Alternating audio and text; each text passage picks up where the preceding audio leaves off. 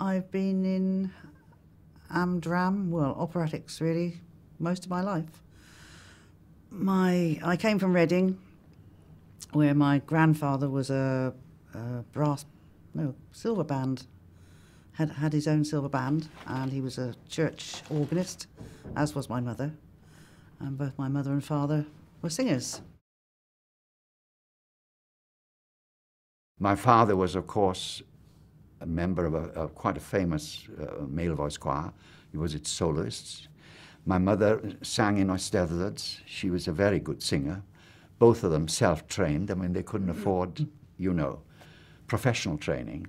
Well, I wasn't much of a singer, really, but I did sing in Eisteddfod and that sort of thing. But mainly I was more of I wrote poetry.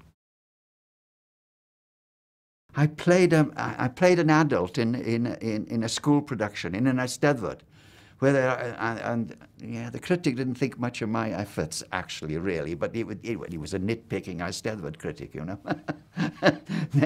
they were notorious. My first experience was playing an adult at the age of 13 in Ian and Evans' The Wishing Well,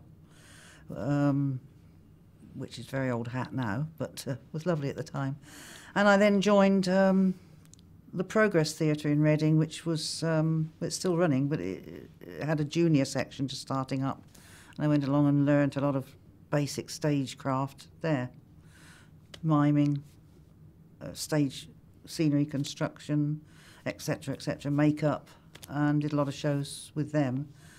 And got dragged into one of the local operatic societies in Reading. And that was where Haydn used to come and see me do...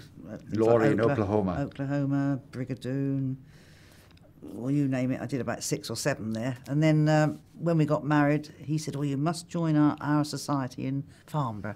And I said, believe it or not, I was actually very shy then. And I said, well, I won't go unless you come as well. So I dragged him along.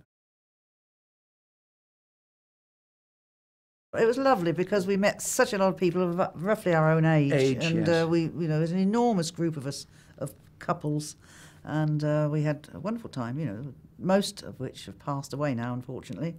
But well, Haydn some of and I our still contemporaries, yeah, most of them, because they've either moved away or passed away. When we started off, we were doing operettas, of course, and then we came on to the Broadway musicals, of which we've done. We've done about 100 in this show. This company, since 1960, we've probably done 120 shows. Most of the Broadway musicals, almost all of them. If you work in science or any kind of project in real life like that, it's very difficult to come to some conclusion that is successful. Yes, and so life remains an uncertainty, whereas doing a show is something that has got to be performed in a certain time. It's got to come to a conclusion. That appealed to me. But it's also very, very, it's a very sociable activity, isn't it?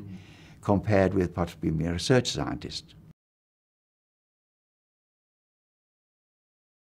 It's changed dramatically. For a start, we used to have majority of people in the society when we first joined were trained singers, and now I can number them on one hand that are left of people that have ever had any professional training. Were a trained singer. Yeah, I'm a trained singer. Even I was, for many years.